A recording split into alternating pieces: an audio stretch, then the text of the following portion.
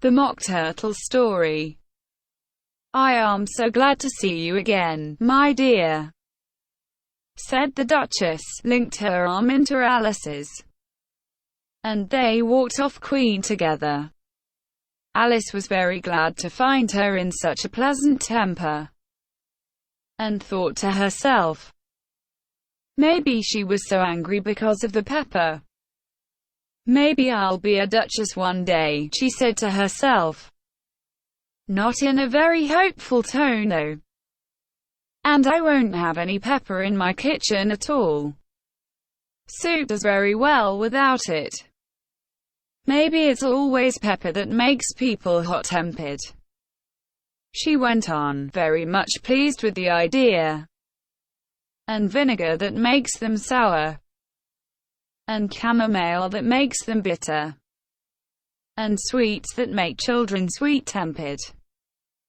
It's a pity people don't know it. That's why they don't give us sweets as often as they could." The voice of the Duchess startled her. It sounded quite close to her ear. "You're thinking about something, my dear. And that makes you forget to talk. I can't tell you just now what the moral of that is. But I shall remember it soon." "Maybe there isn't any," Alice remarked. "Oh, child," said the Duchess. "Everything has a moral. We only have to find it." And she pressed herself closer to Alice's side. Alice did not much like keeping so close to her. Firstly, because the Duchess was very ugly. And secondly, because she was exactly the right height to put her chin upon Alice's shoulder. And it was an uncomfortably sharp chin. But she did not want to be rude. So she bore it as well as she could. "The game's going on much better now," she said, to keep up the conversation a little. "It is so," said the Duchess. "And the moral of that is, oh, it's love that makes the world go round." "Somebody said," Alice whispered. "Minding one's own business makes the world go round a deal faster." Well, it means the same thing," said the Duchess, digging her sharp little chin into Alice's shoulder. "And the moral of that is, take care of the sense, and the sounds will take care of themselves." She is so fond of finding morals in things. Alice thought to herself, "I would like to put my arm around your waist," the Duchess said after a pause. "But I'm doubtful about the temper of your flamingo. Shall I try the experiment?" "He may bite," Alice answered, not enthusiastic about the experiment. "Very true," said the Duchess. "Flamingos and mustard both bite. And the moral of that is, birds of a feather flock together." "Only mustard isn't a bird," Alice remarked. "Right, as usual," said the Duchess.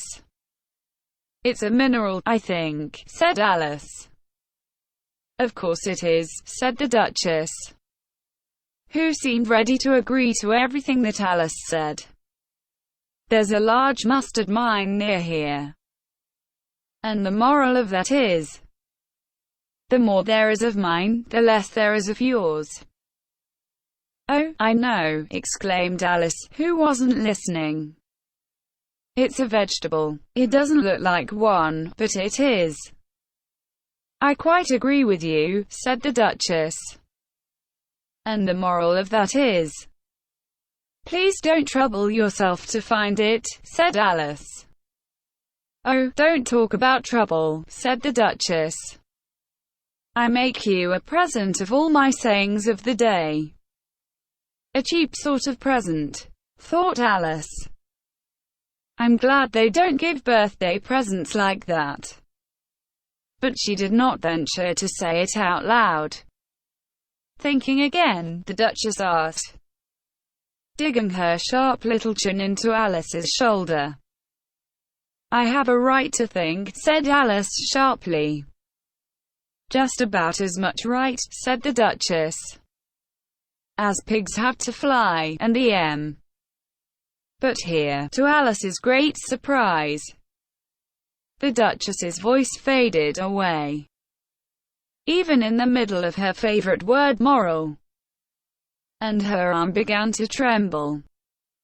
Alice looked up, and there stood the Queen in front of them, with her arms folded, frowning like a thunderstorm. A fine day, Your Majesty, the Duchess began in a low, trembling voice.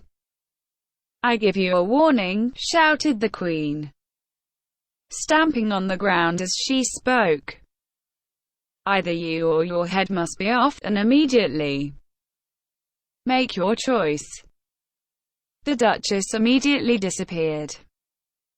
Let's go on with the game, the Queen said to Alice, and Alice slowly followed her back to the croquet ground.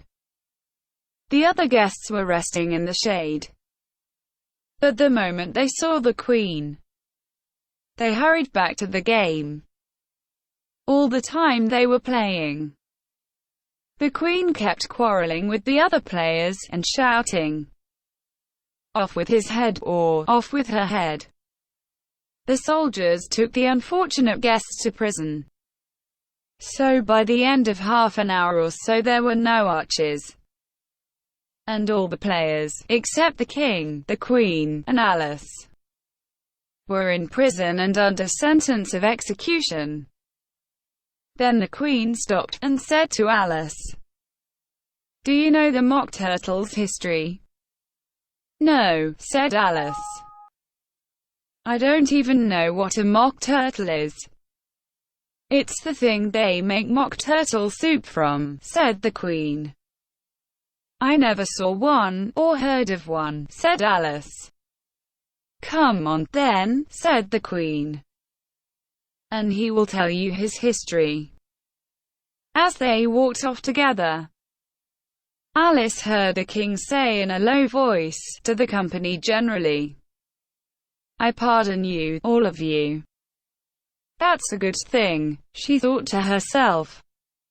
They very soon came upon a griffin, sleeping in the sun.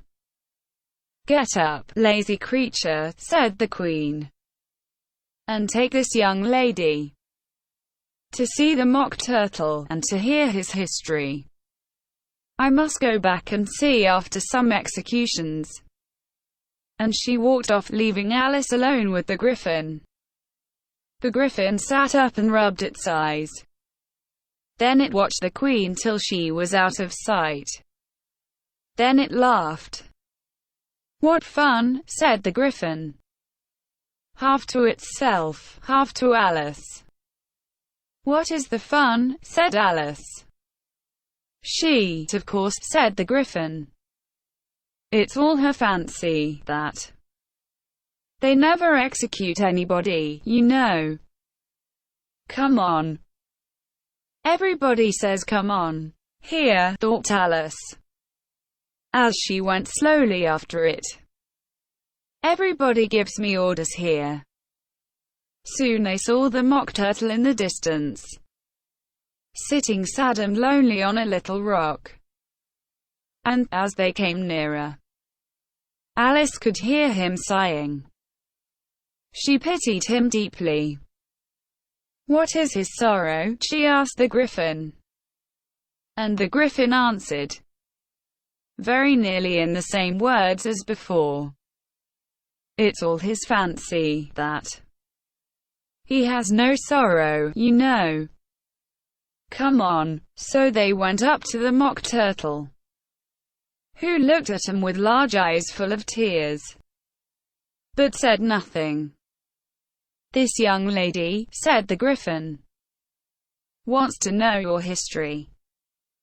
I'll tell it to her, said the Mock Turtle. Sit down, both of you, and don't speak a word till the end. So they sat down, and nobody spoke for some minutes. Alice thought to herself, I wonder how he can ever finish. He doesn't even begin. But she waited patiently. Once, said the Mock Turtle at last with a deep sigh, I was a real turtle. A very long silence followed. Alice was ready to get up and say, Thank you, sir, for your interesting story. But she could not help thinking there must be more to come. So she sat still and said nothing. When we were little, the Mock Turtle went on at last more calmly, though still sobbing a little now and then. We went to school in the sea. The master was an old turtle. We called him Tortoise. Why did you call him Tortoise? He was a turtle, Alice said. We called him Tortoise because he taught us, said the Mock Turtle angrily. Really, you are very dull. Shame on you. To ask such a simple question, added the Griffin. And then they both sat silent and looked at poor Alice, who felt ready to sink into the earth. At last the Griffin said to the Mock Turtle, Go on, old fellow, and he went on in these words. Yes, we went to school in the sea. We had the best of educations. Imagine, we went to school every day. I go to a day school, too, said Alice. Why are you so proud about that? With extras? Asked the Mock Turtle a little anxiously. Yes, said Alice, we learn French and music. And washing, said the Mock Turtle. Certainly not, said Alice indignantly. Then it isn't a really good school, said the Mock Turtle in a tone of great relief. At hours they had at the end of the bill. French music, and washing, extra. Did you really need washing? Said Alice. Living at the bottom of the sea? I couldn't afford to learn it, said the Mock Turtle with a sigh. I only took the regular course. What was that? Asked Alice. Reeling and writhing, of course, to begin with. The Mock Turtle answered. And then the different branches of arithmetic. Ambition, distraction, uglification, and derision. I never heard of uglification. Alice ventured to say. What is it? The Griffin lifted up both its paws in surprise. What? Never heard of uglifying, it exclaimed. You know what to beautify is, I think. Yes, said Alice doubtfully. It means to make anything prettier. Well, then, the Griffin went on. You must be stupid not to know what to uglify is. Alice did not venture to ask any more questions about it. So she turned to the Mock Turtle and said, What other subjects did you have? Well, there was mystery, the Mock Turtle answered. Mystery, ancient and modern, with geography. Then drawing. The drawing master was an old conger eel. He usually came once a week. He taught us drawing, stretching, and fainting in coils. What was that like? Said Alice. Well, I can't show it to you myself, the Mock Turtle said. I'm too stiff, and the Griffin never learnt it. I had no time, said the Griffin. I went to the classics master, though. He was an old crab, he was. I never went to him, the Mock Turtle said with a sigh. He taught laughing and grief. Yes, he did, said the Griffin, sighing in his turn. And both creatures hid their faces in their paws. And how many hours a day did you do lessons? Said Alice, in a hurry to change the subject. 10 hours the first day, said the Mock Turtle. 9 the next, and so on. What a curious plan, exclaimed Alice. That's why they're called lessons, the Griffin remarked. Because they lessen from day to day. This was quite a new idea to Alice, and she thought it over a little before she made her next remark. Then the 11th day was a holiday? Of course it was, said the Mock Turtle. And how did you manage on the 12th? Alice went on eagerly. That's enough about lessons, the Griffin said in a very decided tone. Tell her something about the games now. Вам нравится учить английский с нами? Тогда подпишитесь на наш канал, чтобы не пропустить новое видео. И не забудьте поставить лайк. До новых встреч!